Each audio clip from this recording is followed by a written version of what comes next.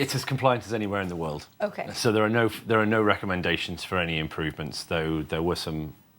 The report reports that there are some slight errors last year, but steps have been taken to change them. So just to put this in context, country by country reporting is the international exchange of information, which deals with multinational enterprises that turn over more than 750 million euros in a year. And it's one of several different regimes in the OECD package, including the Common Reporting Standard, which individuals will have seen when they've had to fill a form in for the bank. Okay. And where do we stand in other OECD reports more recently? So this is the report for 2025, and there is going to be another 2025 report for the CRS, the Common Reporting Standard. The 2024 report for CRS was positive, but we were listed as partially compliant in some of the areas, though our legislative framework... So not as positive as Not as positive today. as this, but it was still a positive report overall.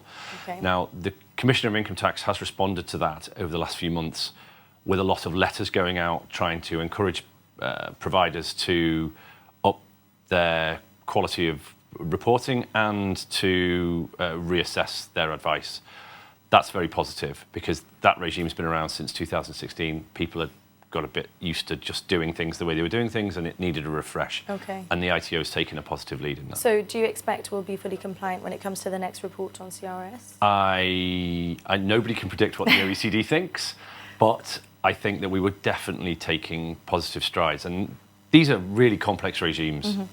It's a credit to the people in the ITO that deal with these complex regimes with the limited resources that Gibraltar's got, that we get these results. And we'd hear about a lot of these lists, these bodies looking at the way Gibraltar's regulating. Mm-hmm. Where would you say Gibraltar's at when it comes to its international standing in this sphere? So Gibraltar is a small jurisdiction. Small jurisdictions have capacity issues. That's just the nature of... There's a statistic that I give all the time, that HMRC have got more people working for them than Gibraltar has people. So we just can't provide the same sort of level of compliance that HMRC could. We're naturally handicapped. But we are doing a good job for the size we are, and we are comparative to other jurisdictions of similar sizes. I think that we're on the positive side. And what do reports like this do for Gibraltar?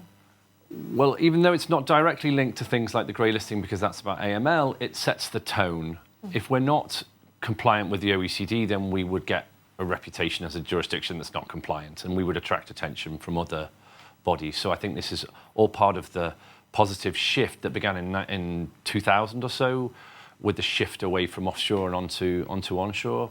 I think that's very important, and we are growing as a jurisdiction and improving our reputation.